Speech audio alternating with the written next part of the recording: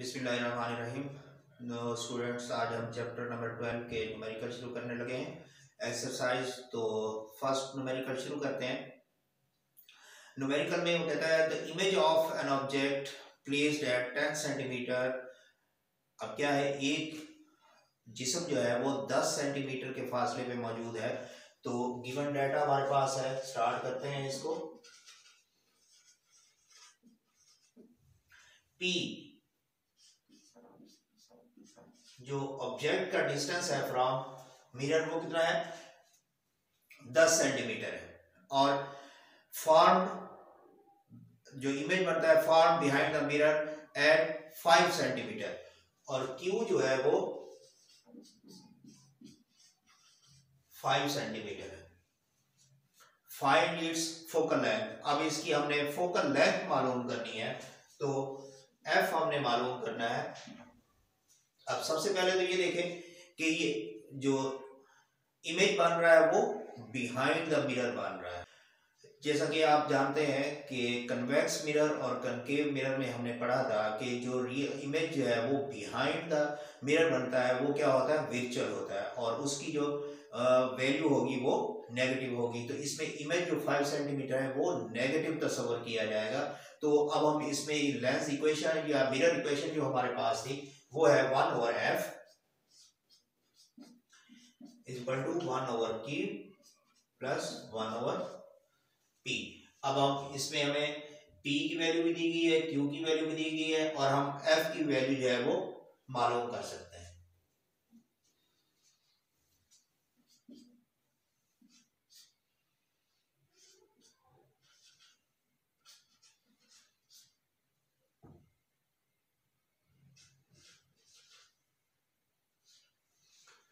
अब देखिए इसमें जो हमारे पास 5 सेंटीमीटर है, ये हमारे पास वर्चुअल इमेज है, तो इसकी वैल्यू हमने लिखी है -5। तो ये हो जाएगा -1/5 प्लस 1/10।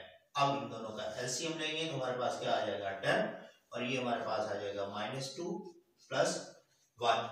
इसी तरह 1/f जो है वो हमारे पास क्या आ जाएगा, -1/10, और f की वैल्यू क्या हो जाएगी हमारे पास, f = -10 सेंटीमीटर। नेक्स्ट न्यूमेरिकल की तरफ चलते हैं। तो नेक्स्ट न्यूमेरिकल की स्टेटमेंट के मुताबिक 30 centimetre tall object is placed at 10.5 centimetre. अब देखें उसकी हाइट कितनी है, क्योंकि टॉल मतलब ऊपर की तरफ वो जिस्म जो है वो लंबा है, तो उसकी क्या हाइट हो जाएगी, हाइट ऑफ ऑब्जेक्ट = 30 सेंटीमीटर। इसी तरह वो कितने डिस्टेंस पे प्लेस्ड है से, P है 10.5 centimetre and it's focal length is 16 centimetre. अब उसकी फोकल लेंथ कितनी है हमारे पास, 16 centimetre.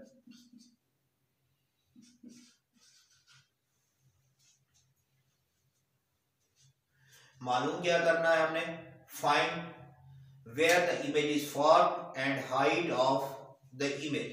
where the image is formed मतलब Q हमने मालूम करना है, और height of image है वो हमने मालूम करनी है।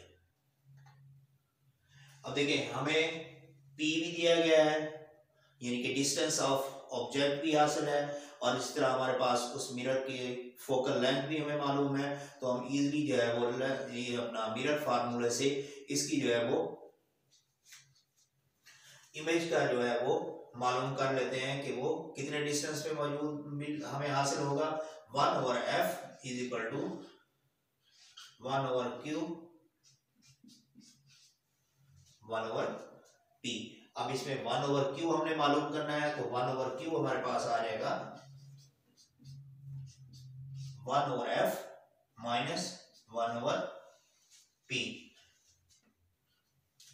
f की वैल्यू हमारे पास मौजूद है, तो हम पुट करते हैं उसमें 1/16 माइनस 1/10.5। इस तरह 1/10 क्यू आ जाएगा हमारे पास, इनका एलसीएम ले लेंगे तो 168, और इसी तरह 10.5 माइनस 16, इसको हम सॉल्व करेंगे तो ये हमारे पास आ जाएगा 5.5 और 168, इसको खत्म कर देंगे, माइनस 55 और 16 80, ये हमारे पास आ गई 1/q की वैल्यू। तो इसमें जब हम q की वैल्यू निकालेंगे तो हमारे पास क्या आ जाएगी, माइनस 1680/55। अब इसको इसके ऊपर डिवाइड कर दें तो हमारे पास किसकी वैल्यू आ जाएगी, q की वैल्यू आ जाएगी, और वो आ जाएगी 30.5।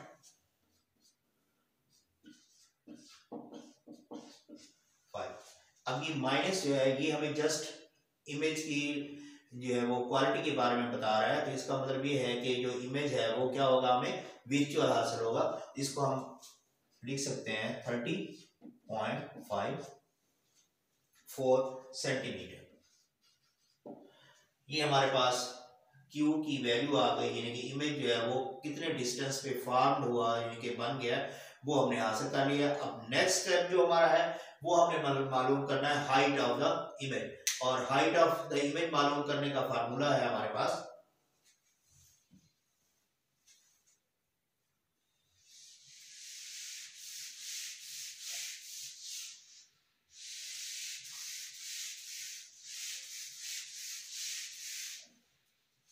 Q हमने मालूम कर लिया है, तो Q हम यहाँ लिख देते हैं, Q इज इक्वल टू अब आ गया हमारे पास 30.54 सेंटीमीटर। अब फार्मूला लिखते हैं, हमारे पास फार्मूला है हाइट ऑफ इमेज और height of object is equal to Q over P। अब देखिए यहाँ पे हमें हाइट ऑफ ऑब्जेक्ट भी मालूम है, Q भी हमारे पास है, P भी हमारे पास है, तो हाइट ऑफ इमेज आ जाएगा हमारे पास Q और P। वैल्यूज पुट करते हैं, Q की वैल्यू है हमारे पास 30.54, इस तरह P की वैल्यू हमारे पास है 10.5 और हाइट ऑफ ऑब्जेक्ट हमें दिया गया है 30।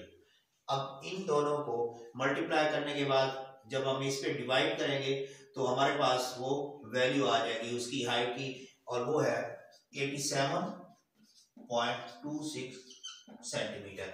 और ये क्या है, हमारे पास हाइट ऑफ इमेज है, इनके जो टॉल जिस हमारे पास मौजूद था इतनी हाइट का 30 सेंटीमीटर का, अब उसकी इमेज जो बनेगी वो क्या बनेगी, 87.26 सेंटीमीटर